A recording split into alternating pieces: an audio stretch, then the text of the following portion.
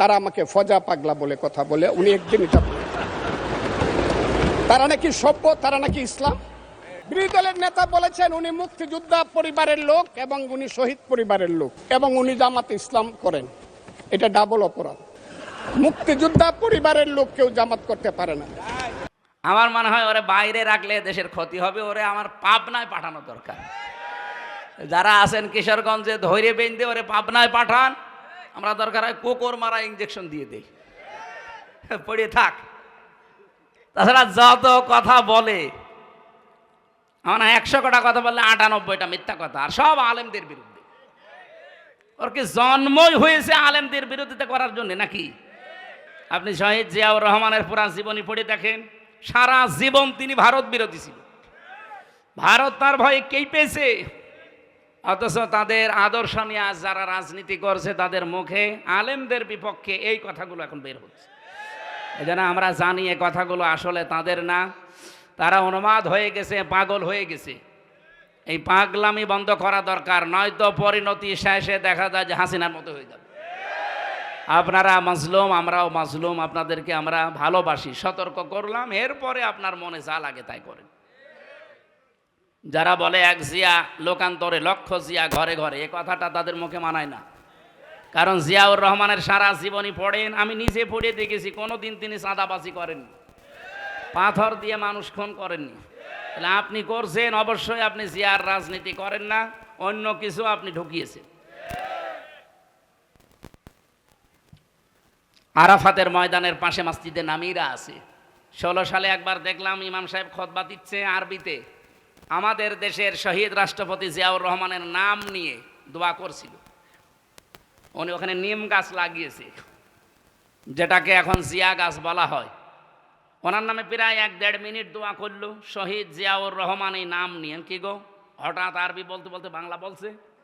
বাংলা মানে এইটা, ওই আরবি নামটা বাংলা নাম আরবির ভেতরে উনি চালিয়েছে। পরবর্তীতে দোয়া খেয়াল করে দেখি ওনার জন্য মাফ চায়, ওনার সম্মান বৃদ্ধি করার জন্য আল্লাহর কাছে বলছে আরাফাতের ময়দানে খুতবায়, হজের খুতবায়। কারণ কি, আরাফাতে লক্ষ লক্ষ মানুষের মাথার উপরে এই যে ছায়া দেওয়ার জন্যে বাংলাদেশ থেকে প্লেনে করে মাটি আর নিম গাছ নিয়ে লাগিয়েছে, এই জন্য জিয়া ট্রি বলা হয়।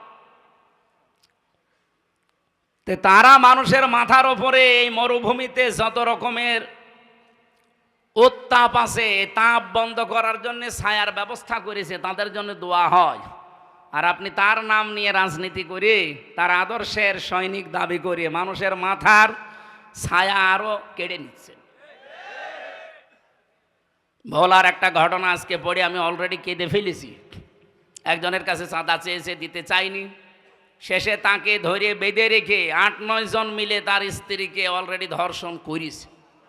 একটা কথা হলো, এখন তো বিভিন্ন মানুষ এতে ভ্যান আলা, আজকে রিক্সা, আমি সকালে একটা অনুষ্ঠানে ছিলাম, এক রিক্সা চালক বলছে যে আগেই ছাতা ভালো ছিলাম। আমার একটা গল্প মনে পড়ছে, কাফন চুরি করতো একটা লোক, কবরে মাটি দিলেই সকালবেলা আর কাফন পাওয়া যায় না, উলঙ্গ করে কাফন নিয়ে চলে আসে, বিক্রি করে দেয়। সারা এলাকায় এত বদনাম এই লোকটার জন্য নামই পড়ে গেছে কাফন চোর। চিন্তা করছে আমি মরে গেলে তো আমার যে গালি গালাজ দেবে, এটা তো বন্ধ করা দরকার। ওর ছেলেকে বলছে, দেখো আমি যখন মারা যাব আমার এই নামটা যেন অন্তত কেউ উল্টা পাল্টা না ডাকে, এমন কাজ করবা যেন আমার নাম অন্তত মানুষ ভালো বলে। চিন্তা করছে আমার বাবার নাম ভালো বলবে, বাবার মতো কাজ তো আমি করিনি। ওর বাবা তো কাফন চুরি করতো, লাশ ফেলে রাখতো, আর ও এখন শুধু কাফন চুরি করে না, কাফন চুরি করে আর লাশ গাছের সাথে টাঙিয়ে ভেতরে বাঁশ দেয়। এই দৃশ্য দেখে এলাকার মানুষ বলছে যে কি, তোর বাবাই ভালো ছিল, অন্তত বাবা শুধু কাফন চুরি করে নিয়ে আসতো, লাশ তো কবরে থাকতো। আর এ কি আরম্ভ করেছে, শুধু কাফন চুরি করে না, লাশ ঝুলিয়ে রাখে গাছের সাথে, আবার পেছনে বাঁশ দিয়ে রাখে। এর বাবাই ভালো ছিল। আমার তো মনে হচ্ছে 15.5 বছর যে জুলুম অত্যাচার নির্যাতন হয়েছে, 1 বছরে অনেকে তা ছাড়িয়ে চলে গেছে। এই জন্য ভ্যান চালকও এখন বলছে যে ছাতা আগেই ভালো ছিল।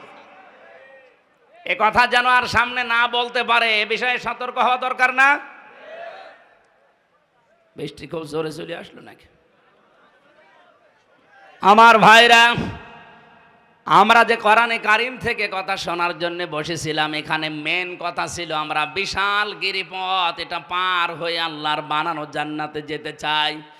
এর 1 নম্বরে কর্মসূচি আল্লাহ দিয়েছেন ফাক্কু রাকাবা, দাস মুক্তি করার জন্য আপনাকে কাজ করা লাগবে।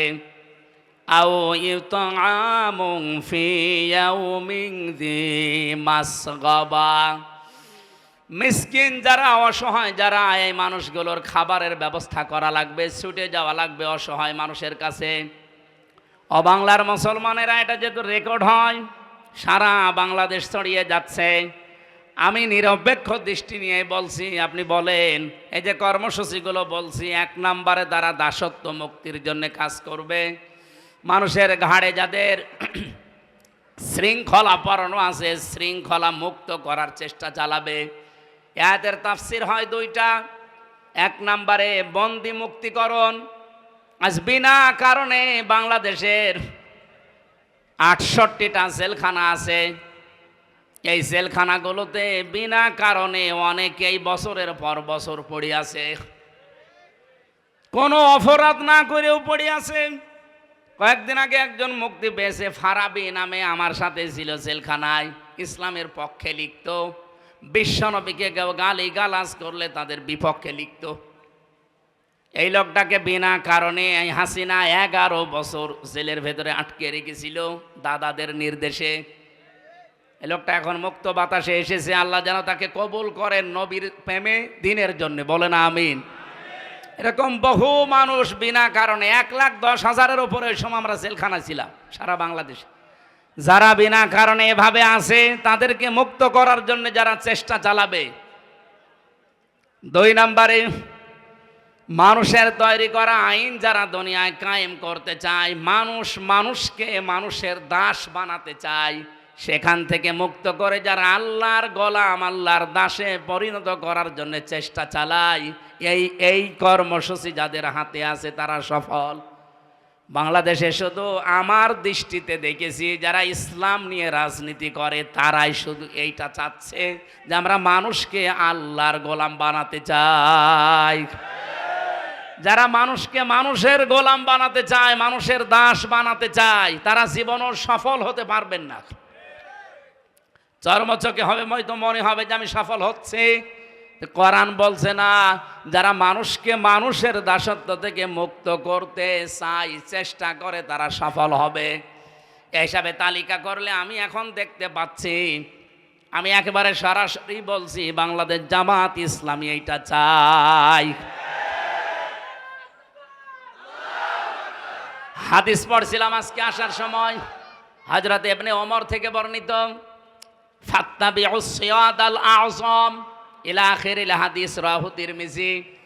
ইবনে ওমর রাদিয়াল্লাহু তাআলা আনহু বলেন, যাদের দ্বারা তাড়াতাড়ি ইসলাম প্রতিষ্ঠা করা তোমার এলাকায় সম্ভব হয়, তুমি খুব দ্রুত তাদেরকে সমর্থন জানাও, ইত্তেবা করো, অনুসরণ করো। বাংলাদেশে 73টা দলের ভেতরে আপনি বলেন তো, এই মুহূর্তে দেশ ছেড়ে দিলে ইউনিয়ন থেকে সংসদ পর্যন্ত, আন্তর্জাতিক মহল পর্যন্ত চালাতে পারে এই দেশে যত দল আছে, আমার দৃষ্টিতে আমি দেখেছি জামাত ইসলামী। আপনার কাছে যাই মনে হোক, এটা আমি পেয়েছি। ইউনিয়ন থেকে আন্তর্জাতিক মহল পর্যন্ত প্রত্যেকটা জায়গা, হ্যাঁ অন্য অন্য দলও পারবে, কিন্তু এরা আমি নিজে মিশে দেখলাম যে পারছে এবং পারার কথা। যদিও এখনো পর্যন্ত এদের সব কিছু হাতের আয়ত্তে এখনো দেওয়া হয়নি, এখনো দিগন্ত টিভি খুলে দেওয়া হয়নি, এখনো ইসলামিক টিভি খুলে দেওয়া হয়নি। এই কথা বলেন না কেন? অথচ আমরা দেখলাম 1 বছর 1 মাসের ভেতরে সময় টিভি ঠিক চলছে, শুধু হাত বদল হয়েছে। 71 টিভি ঠিক চলছে, কিন্তু হাত বদল হয়েছে। ডিবিসি ঠিক চলছে, হাত বদল হয়েছে। আর টিভি ঠিক চলছে, হাত বদল হয়েছে। এগুলো যদি সব হাত বদল হয়ে চলতে পারে, দিগন্ত টেলিভিশন, ইসলামিক টেলিভিশন কি হয়েছে? এগুলো চলতে পারে না। মিডিয়া এত শক্তিশালী আপনি জানেন, একটা মিথ্যা কথা 10 বার বললে অনেকে সত্য মনে করে, আর ওরা ওই সমস্ত টিভি চ্যানেল দিয়ে একটা মিথ্যা কথাকে 100 বার প্রচার করে, এ দেশের মানুষ মনে করে না এটাই সত্য। আমরা জোর দাবি জানাচ্ছি, যারা দায়িত্বে আছেন, আমরা দিগন্ত এবং ইসলামিক টিভি খুব তাড়াতাড়ি সম্প্রসারণ চাই। এটা চান না? ওয়াউদ্দু লাহুম মাসতাতাতুম মিন কুওয়াতি ওয়া মির রিবাতিল খায়ল। হে নবী, এই পৃথিবীতে ইসলাম ধ্বংস করার জন্য ওরা যেটা কাজে লাগায় ওটা উল্টিয়ে ইসলামের পক্ষে কাজে লাগাবে। আজ পৃথিবীতে সবচাইতে বেশি ইসলামের বিপক্ষে কাজ করছে এই মিডিয়া। এই কথা বলেন না কেন? আপনি দেখছেন না, একটা মিথ্যা কথাকে 10 বার প্রচার করে, মানুষ মনে করে না এ সত্য হলেও হতে পারে। আমাকে 3 বছর আটকিয়ে রাখার পেছনে এই মিডিয়ার কারসাজি ছিল। ওরাই উল্টাপাল্টা করে কাটসাট করে 1.5 ঘন্টা 2 ঘন্টার আলোচনা 2-3 মিনিট 1.5 মিনিট ছেড়ে দেয়। আগের কথা নেই, পরের কথা নেই, আমার রিমান্ডে শুধু ওইটাই শুনিয়েছি। এখানে পেশাব করিবেন, না করিলে 50 টাকা জরিমানা। মানে কমা দেওয়ার কথা, আর ওরা দেয় কোথায়? এই জন্য মিডিয়ায় যারা কাজ করছেন তাদের আরো অ্যাক্টিভ হওয়া লাগবে, কারণ এটা ইবাদত। আপনাকে এই ক্যামেরা ভিডিও আপনাকে জাহান্নামে নিয়ে যাবে, এইটাই আপনাকে জান্নাতে নিয়ে যাবে যদি আপনি ওই মানের কাজ করেন। কথা বলেন। নুন আল কলামি ওয়া মা ইয়াসতুরুন। আল্লাহ বলেন কলমের কসম, এটা একটা কলম। এটা কলম না? কলম দিয়ে লেখকরা যা লেখে ওই লিখিত জিনিসের আল্লাহ কসম দিয়েছেন। সুতরাং উল্টাপাল্টা লিখে যাবেন মানুষের বিরুদ্ধে। সাত গায়ে জারিয়া যেমন আছে, গোনায় জারিয়াও আছে। অনেকে খালি সাত গায়ে জারিয়া শুনে পেয়ে আনন্দে থাকে, তো সাত গায়ে জারিয়া। আরে ভাই, গোনায় জারিয়া আছে, ওইটা আপনার কোন বাবা নেবে? এ বাংলাদেশে বহু মানুষ সাত গায়ে জারিয়া না করে আজ অনেকে গোনায় জারিয়া করে যাচ্ছে। এমন এমন কথা লিখে যায় একটা মানুষের, একটা দলের বিপক্ষে, যেই কাজ যেই কথা ওই লোকটা ওই দলের ভেতরে নেই। আন্দাজে আপনি এগুলো ছড়িয়ে যদি কালার করার চেষ্টা করেন, আপনি হয়তো মরে যাবেন আর 50 বছর পর, কিন্তু আপনার এই মিথ্যা লিখিত বই, মিথ্যা লিখিত পত্রিকা এ কি মরে যাবে? যতদিন থাকবে টিকে, আপনার কবরে ফ্ল্যাক্সি লোড হয়ে এগুলো সব এই গোনাগুলো যেতে থাকবে। আপনি হয়তো মারা যাওয়ার সময় 50 মন গোনা নিয়ে মরে গিয়েছিলেন, কিয়ামতে যখন উঠবেন আপনার আমল নামায় দেখবেন 50,000 মন গোমা জমা হয়ে আছে। এরকম পাগল দেশে নেই? ওই যে ফজু পাগল একটা আছে আন্দাজে। আমার মনে হয় ওরে বাইরে রাখলে দেশের ক্ষতি হবে, ওরে আমার পাবনায় পাঠানো দরকার। যারা আছেন কিশোরগঞ্জে ধৈর্য বেঁধে ওরে পাবনায় পাঠান, আমরা দরকার হয় কুকুর মারা ইঞ্জেকশন দিয়ে দেই, পড়ে থাক। তাছাড়া যত কথা বলে, আমার 100 কটা কথা বললে 98টা মিথ্যা কথা, আর সব আলেমদের বিরুদ্ধে।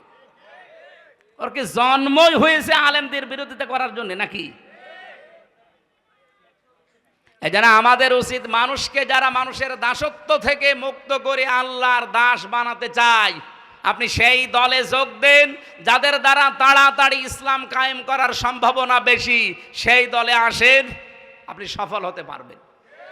এই আয়াত আর এই হাদিস আমি এখন বানালাম। বলেন বলেন।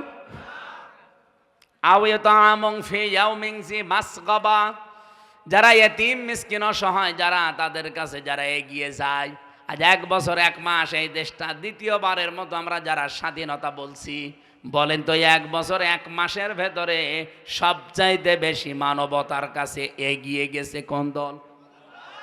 আপনি আন্দাজে না বলে নিরপেক্ষ দৃষ্টি দিয়ে বলেন। আমার কুষ্টিয়া জেলা দৌলতপুর থানায় ভাঙন আরম্ভ হয়েছে, বন্যা চলছে, কত দল তো কুষ্টিয়ায় আছে। শুধুমাত্র দেখলাম এই 3 দিনে বাংলাদেশ জামাত ইসলামী, যদিও তারা মুসলিম, যদিও তারা নিজেরাই অসহায়, 15-16 বছর তারা নিজেরাই অসহায়, এরপরও কয়েক ট্রাক মাল নিয়ে অলরেডি তারা বিতরণ করেছে। এলাকার মানুষ এখন খুশি। আমরা যদি ভালো কাজে এভাবে প্রতিযোগিতা করতে পারতাম, আরও যত দল কুষ্টিয়াতে আছে প্রত্যেকেই যদি এই ট্রাক মাল নিয়ে গিয়েছে, তো কুষ্টিয়ার মতো যত জেলায় বন্যা হচ্ছে সবগুলো উত্তরণ করা সম্ভব হতো। এই কাছে নেই। আমি জামাত ইসলামীতে এসেছি জেলখানা থেকে আসার পর। এর আগে আমি অ্যাক্টিভ ছিলাম না শিবিরে, জামাতে, কোনো দলে না, ওই যে অবিখা ওয়াজ করে খেতাম। এখানে আসার পরে আমি অ্যাক্টিভভাবে মিশে কাজ করে দেখতে পাচ্ছি জামাত কর্মী মানেই সমাজকর্মী। এদের আসল কাজ এইটা, যে সমাজে উন্নয়নমূলক কাজে আপনি আগে অংশগ্রহণ করেন। এই জন্য আহ্বান জানাচ্ছি, এদের চরিত্রটা আপনিও নেন, আপনাকেও মানুষ ভালোবাসবে। মানুষকে জোর করে কিছু হয় না, তার প্রমাণ হাসিনা। এত জোর করেছিল, 3টা বছর আমার যোগাযোগ বিচ্ছিন্ন রেখে, শুধু বউ থেকে, ছেলে মেয়ে থেকে না, মা বাপ থেকে না, দুনিয়া থেকে বিচ্ছিন্ন করে রেখেছিল মাটির নিচে। কি করতে পেরেছে? এই গাজীপুরে ছিলাম প্রায় 3 বছর। কি করতে পেরেছে শেষ পর্যন্ত? সেটাকে ওরা বেশি ঘৃণা করে, সেই দলে এখন আমি আরো অ্যাক্টিভ হয়ে গেছি। আমার এই জামাত ইসলামে অ্যাক্টিভ হওয়ার জন্য হাসিনা দায়ী। ও যদি জেলে এইভাবে কষ্ট না দিত, আমার মনে হয় আমি এভাবে আসতাম না। আগে যে ছিলাম অবিখা করেই খেতাম। তা আমার এখানে অ্যাক্টিভ করার জন্য আপনি দায়ী। আপনি দিল্লি বসে বসে এখন সুবহানাল্লাহ পড়ে। দেখ, ভালো আপনার জন্য যে অন্তত আমি অ্যাক্টিভভাবে একামতে দিনের দায়িত্ব পালন করার জন্য একজন হতে পেরেছি, আপনাকে এই জন্য ধন্যবাদ। আপনার কারণে বহু মানুষ এরকম অ্যাক্টিভভাবে এসেছে। আমরা 76 জন আলেম এক জায়গায় ছিলাম, মাওলানা মামুনুল হক ভাইসহ। আমি তার নামটা আসলেই দোয়া করে নেই, কারণ এই 3 বছরে অনেক অবদান তার আমার উপরে আছে। জেলখানায় খাবার খাওয়া যায় না। এই যে গাজীপুর জেলা কি গরিব? কাশিমপুরে, গাজীপুরের ভেতরে না, কি খাবার দেন আপনারা? মাওলানা মামুনুল হক হাফিজাহুল্লাহ, আল্লাহরে বান্দা, 3 বছর আমার সাথে এক ঘরে ছিল, পাশাপাশি রুমে। আমরা মানে প্রতিদিন সকালে আর দুপুরের খাবার আমরা একসাথে খেতাম। খাবারটা গরম করতে পারতেন ওনার কাছে। এটা যদি না থাকতো আমার শরীর যা আছে, আমার মনে হয় আমি আরও দুর্বল হয়ে যেতাম। ওনার কাছে আমি এই জন্যে ঋণী। আল্লাহ যেন তার সর্বোচ্চ মাকাম দুনিয়া আখেরাতে দান করেন, আমিন। সম্মানিত ভাইরা, আমি যেটা বোঝাতে চাচ্ছিলাম, জামাত কর্মী যারা আছে তারা যেমন সমাজকর্মী, তারা চাঁদাবাজি করে না, তারা আজ লুণ্ঠন করে না, তারা মানুষের মাথায় লাঠি দেয় না। একটাই কারণে, আমি যতটুকু দেখলাম এই 1 বছর 1 মাসে, জামাতে যত মানুষ আছে কেউ বসে খায় না, প্রত্যেকটি মানুষ কাজ করে খায়। সে যদি ভ্যান চালকও হয়, কেউ বসে খায় না। আপনি দেখেন প্রত্যেকের কোনো না কোনো কাজ আছে। আর ওই কাজ থেকে 1 মাসে যদি 5,000 টাকা উপায় হয়, সেখান থেকে অন্তত 5% হলে যেই কয় টাকা হয়, সেই কয় টাকা নিয়েই জিচ্ছায় সে জমা দেয়। এই জন্য এই দলটা চালাতে কোনো বেগ পেতে হয় না। আর অন্যান্য দলের দ্বারা এইভাবে দেওয়ার কোনো নিয়ম নেই। যদি 5,000 পায়, আরও 10,000 বাম হাতের ইনকাম করে। এই জন্য আহ্বান জানাচ্ছে, আমি নিজে বুঝেছি। এদেরকে দেখলাম এরা ফাক্কু রকাবা করতে চায়, এরা দাসত্ব মুক্ত করতে চায় মানুষকে, মানুষের দাস থেকে আল্লাহর দাস বানাতে চায়। এরা মানুষের দুয়ারে দুয়ারে খাবার পৌঁছিয়ে দিচ্ছে। আমিরে জামাত সুস্থ ছিল যখন, দেখেননি? এত পর্যন্ত পানির ভেতরে নেমে মাথায় ঝড়ি নিয়ে ফেনীতে, রংপুরে, সেই সুনামগঞ্জে উনি এগিয়ে চলে যাচ্ছে। 64 বছরের একজন বৃদ্ধ যুবক। কোন দলের মানুষকে তো আমি এইভাবে অ্যাক্টিভ হতে দেখলাম না, কারণ তারা এই আয়াত পড়েছে, আয়াতের শিক্ষা নেয়নি। 3 নম্বরে আপনাদের গুণাগুণ অর্জন করা লাগবে। ইয়াতীমাং যা মাকরাবা, এখানে শব্দের দিকে খেয়াল করেছেন। ইয়াতীমাং যা মাকরাবা, নিকটাত্মীয়র ভেতরে যারা ইয়েতিম, অসহায়, এই মানুষগুলোর দায়িত্ব নেওয়া লাগবে, খোঁজ খবর নেওয়া লাগবে। আমরা অনেকেই চাই মন থেকে, এটা বললে যদিও মা বোনেরা আমাকে খারাপ বলে, আমি তাও বলছি, অধিকাংশ পরিবারে আজ আমরা আমাদের নিজের নিকট আত্মীয় যারা যারা একটু দুর্বল, অসহায়, তাদের হকগুলো আদায় করতে পারি না, শুধু আমার বউর কারণে। আমার বউ না, অন্যের বউ। আমারটা বলে আমি মায়ের খাবো, এটা রেকর্ড হচ্ছে। সম্মানিত মা বোনেরা, আপনারা যেখানে যেখানে বসে আছেন, রেকর্ড শুনতেছেন, কি করবেন আপনি? নাই 200 বছর হায়াত পেলেন, আপনার স্বামীর যে সম্পদ হচ্ছে আরও 10 গুণ বৃদ্ধি হইল। আপনি আরামে খেলেন, সন্তান জন্ম দিলেন, পেশাব পায়খানা করে শেষ করে কবরে চলে গেলেন, কি হবে বলেন? খাদিজাতুল কুবরা রাদিয়াল্লাহু তাআলা আনহা, উনি নবীজি নবুয়ত পেয়ে যখন আসলেন, যে 5টা সার্টিফিকেট দিয়েছিলেন, আপনি দিতে পারেন না। আপনি দিতে পারেন না কারণ আপনার কারণেই যে স্বামীগুলো আমরা আছি এই কাজগুলো করতে পারি না। খাদিজাতুল কুবরা ওই সময় বলেছিলেন, আবুল কাসেম কাল্লা ওয়াল্লাহি লা ইখজিকাল্লাহু আবাদান ইন্নাকা লা তাসিলুর রহিমা। হে আবুল কাসেম, কখনোই কোনো জিন ভূত পরি আপনাকে ভয় দেখাতে পারে না, কারণ আপনি নিকট আত্মীয় যারা, রক্তের সম্পর্ক যারা, তাদের সাথে সম্পর্ক ঠিক রাখেন। তাহলে মানুষের ভেতরে ভয় দূর করার জন্য, আজ অনেকে জিনের ভয় ভূতের ভয় পায়, এ ভয় দূর করার জন্য মাস্ট বি নিকট আত্মীয় স্বজনের খোঁজ খবর রাখা লাগবে। হাদিস হচ্ছে, নবীজি বলেন, কোন স্ত্রী যদি চায় যে আমার স্বামী আরো বেশি দিন বেঁচে থাক, আমার স্বামীর হায়াত, সম্পদ, ইজ্জত, দুনিয়ার মর্যাদা আরো বেড়ে যাক, ওই স্ত্রীর উচিত তার স্বামীকে যেন মাঝে মাঝেই বলে, স্বামী যা করো অন্তত নিকট আত্মীয় স্বজন, রক্তের সম্পর্ক সাথে সাথে সাথে আছে, এগুলো আরো দৃঢ় করো। আপনি নিজের মন থেকে বলেন তো, এরকম স্ত্রী এখন কম না বেশি? কম। অধিকাংশ স্ত্রী চাই না আমি আমার ভাইয়ের হকগুলো আদায় করি, আমার বোনের হকগুলো আদায় করি, আমার ফুফু, আমার চাচা, এগুলোর হক আমি আদায় করি, পুঙ্খানুপুঙ্খানু ওরা চাই না। আপনার সাহায্য না পেলে এগুলো আমি 100 ভাগ পারবো না। শেষে দেখা যাচ্ছে আস্তে আস্তে আমি মানসিক রোগী হয়ে যাব। আজ বহু মানুষকে দেখি তার স্ত্রীকে বাদ দিয়ে দেয় শুধু এই একটা মাত্র কারণে। স্ত্রী নিজের দিকে খুব ভালোই টানে, নিজের মা বাবা, নিজের ভাই, নিজের বোন, ওইগুলো আসলে স্বামীকে দিয়ে পাগল হয়ে যায়। আর স্বামীর পক্ষ থেকে কেউ আসলে ওর মনই পাওয়া যায় না। এরকম বউ আছে? কার হাত তোলেন তো, তোলেন।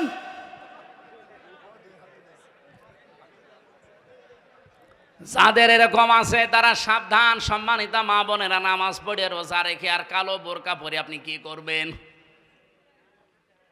আপনি তো রক্তের সম্পর্কগুলো আরো দৃঢ় করার জন্য ছাড় দিয়ে হলেও চেষ্টা করবেন। সফল আমাকে দেখতে চান, এইভাবে আমাকে সফলতায় পৌঁছিয়ে দেন। আও মিসকিনাং দা মাতরবা, তরব থেকে এসেছে। তরব মানে ধোলা মলিন, ধোলা বালি। যারা ধোলা মলিন পথে ঘাটে, স্টেশনে, বাস স্ট্যান্ডে, রাস্তাঘাটে যারা ধোলা মলিন অবস্থায় থাকে, এই মানুষগুলোর যারা ছিন্ন বিচ্ছিন্ন, যারা ছিন্নমূল বলা হয়, এদের কাছে যারা এগিয়ে যায়, এদের মাথায় অন্তত একটু হাত বুলিয়ে দেয়, শান্তির পরশ পেয়ে এই মানুষগুলো একটা তৃপ্তির হাসি দেয়। নবীজি জানিয়েছেন, একটা এতিমের মুখের এই তৃপ্তির হাসি আল্লাহর আরশ পর্যন্ত তোমার উপরে খুশি হয়ে যায়। আপনি 20 তলা বিল্ডিং বানিয়েছেন, সেই রকম বিউটিফাই করে জাঁকজমকপূর্ণ একেবারে একত পাথর দিয়ে, বিভিন্ন মার্বেল পাথর নিয়ে এসে কাবায় যে পাথর সাজানো আছে ওই পাথর দিয়ে আপনি বানিয়েছেন। এই 20 তলা বিল্ডিং এর মূল্য আল্লাহর কাছে যত না বেশি, একটা ছিন্নমূল ধলাবালি মলিন অবস্থায় যারা বিভিন্ন জায়গায় আছে, এরকম অসহায় মানুষের পাশে যদি কেউ ছুটে যায় আর তাকে যদি হাসি দেখতে পাওয়ার জন্য চেষ্টা চালায়, ওই লোকটার প্রতি আল্লাহর আরশ পর্যন্ত খুশি হয়ে যায়। বলেন তো, এই কর্মসূচিটা বাংলাদেশে 73টা দল আজ কাজ করছে।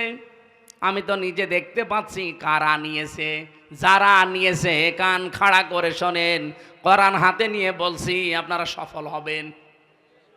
আল্লাহর কসম, আপনারা সফল হবেন যারা মানুষকে ধোলা মলিন এই অসহায় ছিন্নমূল মানুষের কাছে আজ এগিয়ে যাচ্ছেন। কমিশন বানাতে দিয়েছিল সরকার নারীদেরকে। আমার তো চেহারা দেখে মনে হচ্ছিল না যে এরা নারী। নারী কমিশনে যে কয়েকজন ছিল আপনি তাকিয়ে দেখেছে নাকি মহিলা না পুরুষ বোঝা যায়। কোরআনের 13টা আয়াত ভুল ধরিস, 26টা হাদিস তারা ভুল ধরিস। আমার ভাইরা, আমি যে কথা এখান থেকে নিয়ে আসতে চাই, আপনি নারী কমিশনে বসে এই জায়গায় যদি কোরআনে কারিমের এই নির্দেশগুলো নিজে পালন করে 92% মুসলমানের দেশে বাস্তবায়নের জন্য ডক্টর মোহাম্মদ ইউনূসকে আপনারা চেষ্টা চালাতেন, আজ যে কথাগুলো উঠতেছে আলেমদের পক্ষ থেকে, একটা কথাও আলেমরা এদেশে বলতো না, মুসলমানেরা বলতো না, আর আপনাদের পক্ষে থাকতো। আপনি কি করলেন? বলে যৌনকর্মী যারা আছে তাদেরকেও নাকি শ্রমিকের মর্যাদা দেওয়া লাগবে। একটা কথা হলো, তারা সারাটা জীবন নির্যাতিত। যৌনকর্মী যারা আছে, আমি একটা সাক্ষাৎকার পেয়েছিলাম এই গোয়ালন্দ ঘাটের, এই মেয়েটা দুর্ভাগ্যের কারণে সেখানে যে পড়েছে, কি নির্যাতন তার উপরে 8 বছর চলছে। এক দিন 8, 10, 15, 20 জন করে তার ইউজ করে, ব্যবহার করে, কিন্তু কাঙ্ক্ষিত মানের টাকা পয়সা তার দেয় না। তার তো এমনিতেই কষ্ট, আরও বিভিন্ন মেডিকেলের যে সমস্ত বিষয়গুলো আছে ওগুলো নিচে নামলাম না, সবগুলো থেকে তারা আপনি কষ্ট দিচ্ছেন, বঞ্চিত করছেন। তার একটা পেশা হলো, আর আপনি তাকে শ্রমের মর্যাদা দেওয়ার জন্য উঠে পড়ে লেগেছেন। আমার মনে হয় তাদেরকে শ্রমের মর্যাদা না দিয়ে আপনি নিজে ওই শ্রমের মর্যাদা নেন।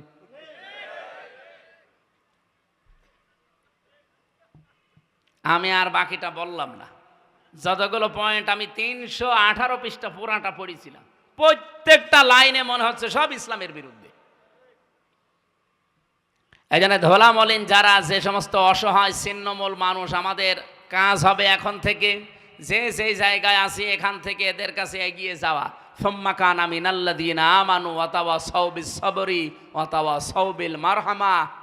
এরপরে যারা ঈমান আনতে পারে, ঈমানের যে 4টা শর্ত আছে এগুলো মেনে যারা ঈমান আনে, আর যারা সবর, ধৈর্য এগুলো নিজেরা ধরে এবং উপদেশ দেয়। বাংলাদেশে এখন যে অবস্থা চলছে, আপনারা খোঁজ খবর রাখেন কিনা আমি জানি না, আমার এই ছোট্ট মাথার ভেতরে যতগুলো তথ্য আসতেছে, খুব গভীর ষড়যন্ত্রে আমরা এখন কিন্তু আছি, বিশেষ করে আমাদের এই দাদাদের দ্বারা।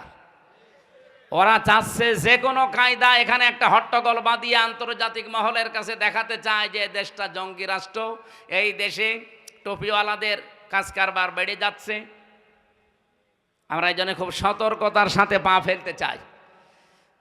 কেউ যদি পায়ে পা দিয়ে ঝগড়া করতে চায়, দোলা ভাই বলে অন্তত ফিরে আসা দরকার এখন। ওয়াতাওয়াসাউ বিস-সাবরি, সবর ধৈর্যের সর্ব উৎকৃষ্ট প্রমাণ এখন দিতে হবে। ওয়াতাওয়াসাউ বিল মারহামা, একে অপরকে রহম, এই যে রহম ছাড়া এখন আর উপায় নেই। আল্লাহ রাব্বুল আলামিন যে গুণাগুণগুলো কোরআনে সূরা বালাদের 11 থেকে 16 নম্বর আয়াতে দিলেন, এগুলো যারা পালন করতে পারে, রব্বুল আলামিন জানিয়েছেন উলাইকা আসহাবুল মাইমানা, এরাই হচ্ছে সৌভাগ্যশালী ডানপন্থী, এরা জান্নাতি। বলেন আমিন। হাদিস পড়েছিলাম, খায়রুন নাস মাইয়ানফাউন নাস, উত্তম মানুষ ওইটা যার দ্বারা মানুষের উপকার হচ্ছে এবং হবে। নবীজি ইয়াংফাউ দিয়েছেন, এটা মজারে, বর্তমান ভবিষ্যৎ, প্রেজেন্ট ফিউচার। আল্লাহর নবী কিন্তু ইয়াংফাউল মুসলিমিন দেননি, যে মুসলমানের যারা উপকার করছে করবে তারা উত্তম মানুষ আল্লাহর কাছে না।